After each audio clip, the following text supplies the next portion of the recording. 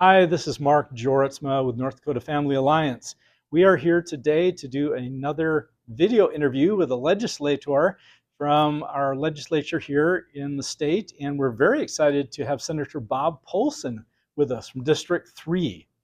Welcome, Bob. Thank you. Glad to have you here. And for those of you who have not seen one of these before, we'd like to ask the legislators a little bit about themselves, about what they think about their work in the legislature, and any tidbits they'd like to give to you about maybe how to get involved. So let's get going. Why don't you tell us a little bit about who you are, maybe family, what you do when you're not a legislator, Okay. what you do in your real life. Right. So I'm married to Cheryl, and we have 10 children, and we live on a farmstead southeast of Minot. And I'm a retired Navy pilot, and we retired to Minot on purpose and really enjoy it there.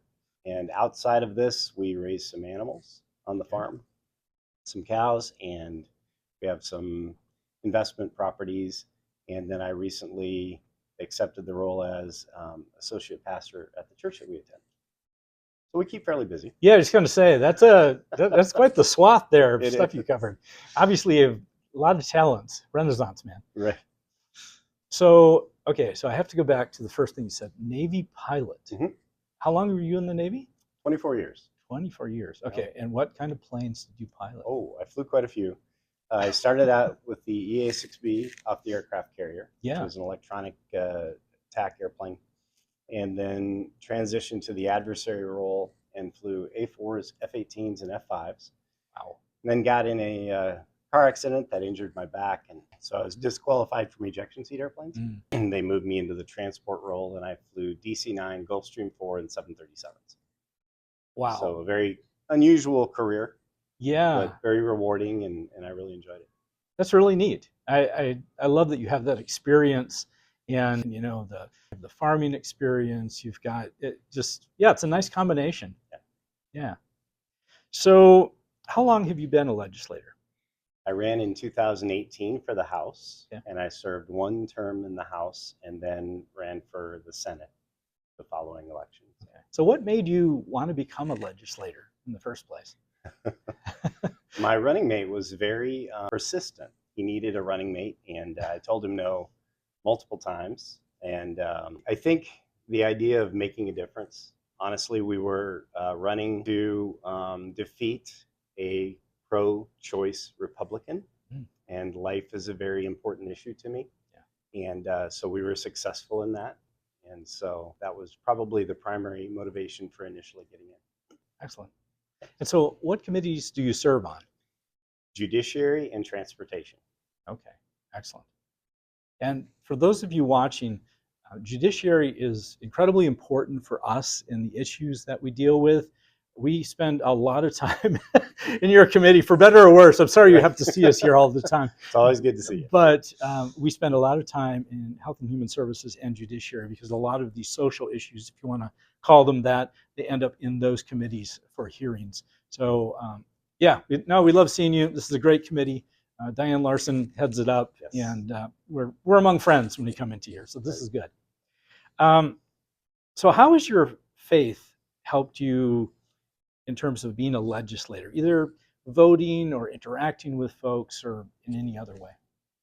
It is the foundation. I think it would be very difficult on some of the issues if it wasn't for a basis in faith. I mean, I look to that. You know, there's kind of two things that I look to as we go through voting. The first is my faith, and how does this line up with Scripture? And the second is the Republican Party platform. And I'm a pretty conservative legislator, and I fully believe in the platform and attempt to vote along with the platform, and to be able to think about, okay, this bill attaches to this particular plank of the Republican Party platform.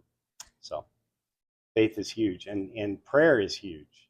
There's been more than one occasion when I have called my wife and said, pray for me, because I'm not sure how I should vote on this bill. So it's good to have people in your corner praying for you. Absolutely. And just this last year, we've had a number of groups approach us as an organization, say, hey, when there's some big bill coming up or something else, let us know. And we'll pray for it. And that's fabulous. Just the network out Absolutely. there and the support that you have. And just a side story, there was a lady who I met last session, and I would see her in the back of the room, and she wouldn't testify on the bills, but I'd see her consistently in the back of the room when we would be doing hearings. And finally, I approached her. I said, are these just of interest to you? And she said, no, I'm here and I pray. I pray for the entire time. Mm-hmm. It's like, wow. Yeah. That's a good thing. Yeah, it's an incredible thing. And frankly, that was more important probably than me standing up there hearing. I mean, we'll do it. We're Right. still going to represent, North Dakotans. But yeah, that was kind of amazing. I was really amazed. So what's been your favorite part of being a legislator? I think, obviously relationships are a huge part of it, the people that you work with here, and feeling like you can make an impact on the process. Mhm. I think that's a good thing. I enjoy interacting with constituents that reach out to me. Some agree with me, some don't. That's okay. Part of the process.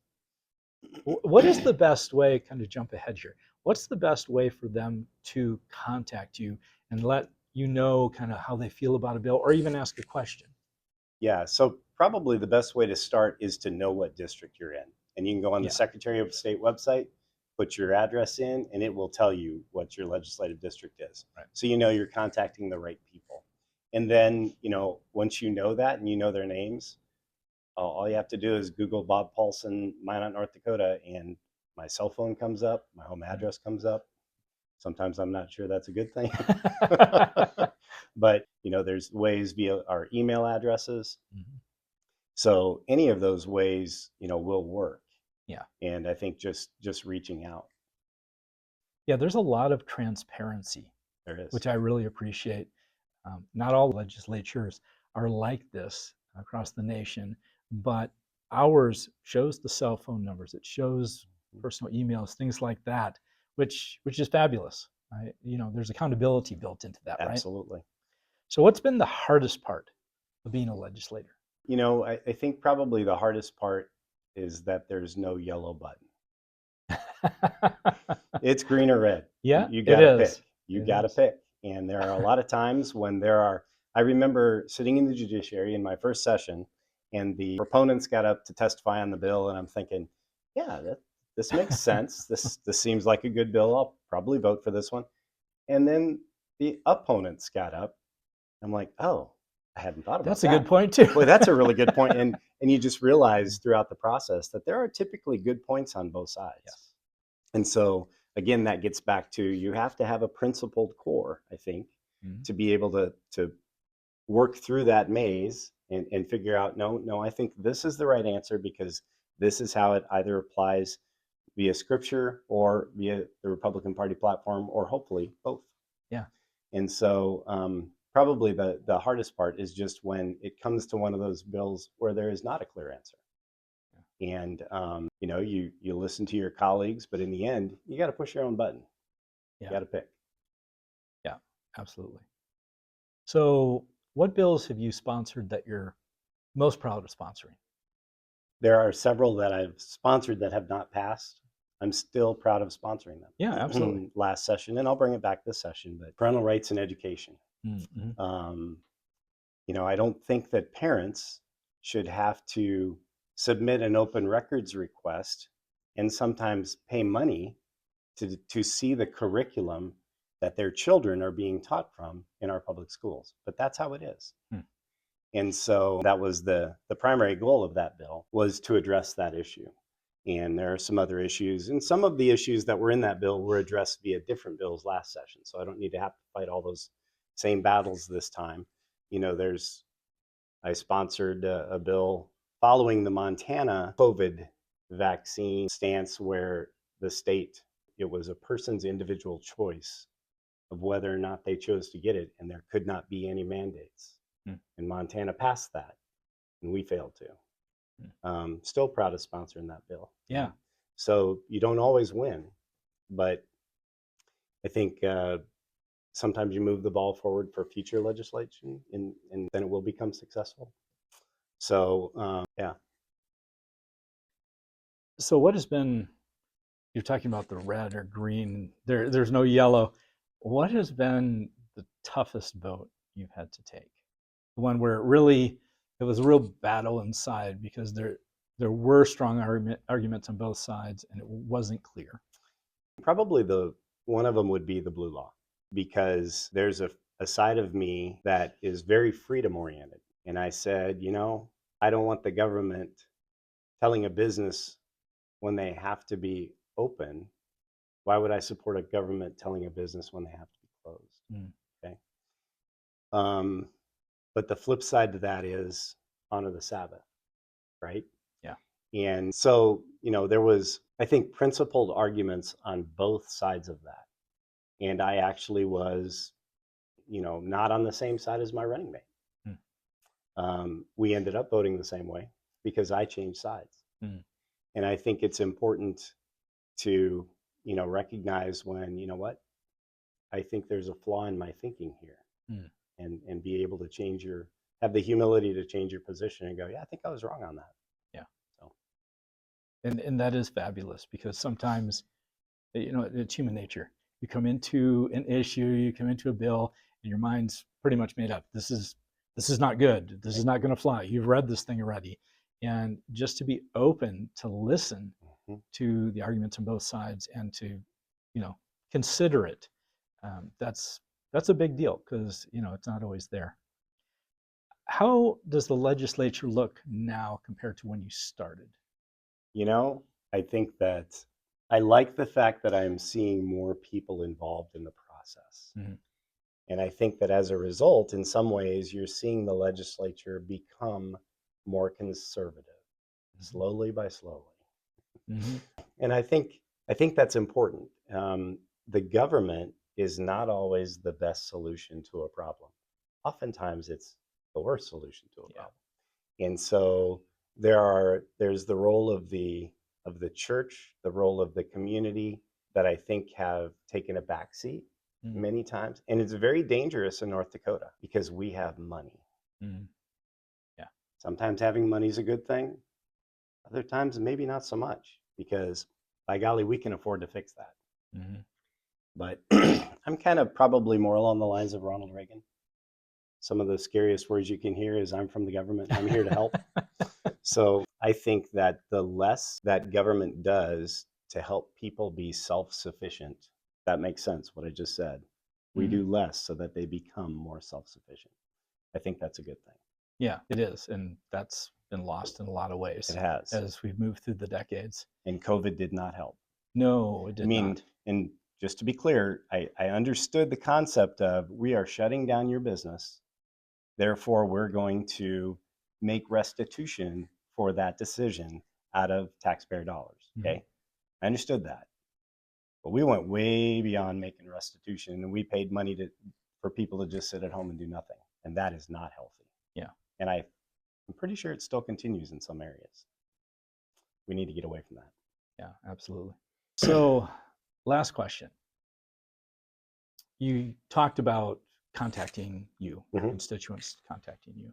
What's some other way that people can get involved? Because we get asked that on a regular basis. Yes. How can I get involved in the political world aside from, supporting you guys?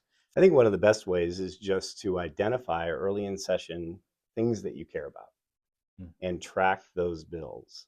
Because in this day and age, that's one of the benefits of COVID, is that we got a lot of electronic capability that we didn't have before that. Yeah. And now you can sit at home without having to travel to the Capitol and testify via Zoom on a bill. And so it makes a difference. Lobbyists get paid to be here and testify, right? And it's way different than when John Q. Public walks through the door or appears on Zoom and says, I'm here because I care about this issue. I'm taking my time out of my day. I'm not in the political arena all the time necessarily, but I'm here on this issue because I care, and here's why. And I think for me, that makes an impact. Yeah, I've seen that in other committees. We obviously come up as lobbyists, and we, represent you North Dakotans who have biblical values. But I've also seen citizens come up onesie twosie kind of things. Mhm. And I've watched the committees, and they're connected with that person because, like you say, they traveled from who knows where, or they took off the day from work, and they feel strongly, passionately Mhm. about this issue, and that really matters. Yep. The other thing I've noticed is the most impactful.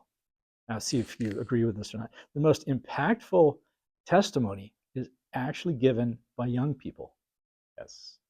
If a young person comes here, this is for all you young people. Mhm. It's not scary. You can do this. If you come to the legislature and you tell them how you feel on a particular bill, on a particular subject, and they're in this room and they're listening to you, they'll be very respectful of you, like they always are. They won't grill you afterwards, but they very much take your opinion and give it a lot of weight because you represent the future. And that's different than one of us coming, Right. because we represent, the future, but also very much the present. Yep. And so, would you agree? Is that I true? would agree. I mean, I think that what I've seen is sometimes we'll engage a little bit forcefully with a lobbyist, maybe, Yeah, we know. right? But when a citizen comes in and you can tell they're nervous, Yeah. I think without exception, every committee I've been in, the legislature is very kind Yes. and compassionate with that citizen, and there's rarely any type of back and forth that would make them more uncomfortable. Yeah. It's typically a very compassionate environment, and just appreciative that they took time out of their schedule to come and be involved in the process. Yeah. Yep. Well, great. And one other parenthetical note, Bob was talking about finding out which bills are important to you. If you are on our email list, as you know, Mhm. we send out a list of all the bills that we're working on, and every week you can track the progress, find out when there are hearings, when you might want to testify, find out when to pray for a particular bill when it's coming up for a vote. So, being informed is a big piece of it. It's a little scary sometimes, Right. but there are resources out there. So, hey, thank you very much, Senator. Absolutely. Really appreciate you taking the time to talk with us today. And God bless. Thank you very We much. worked God this bless you session. too. Thank you.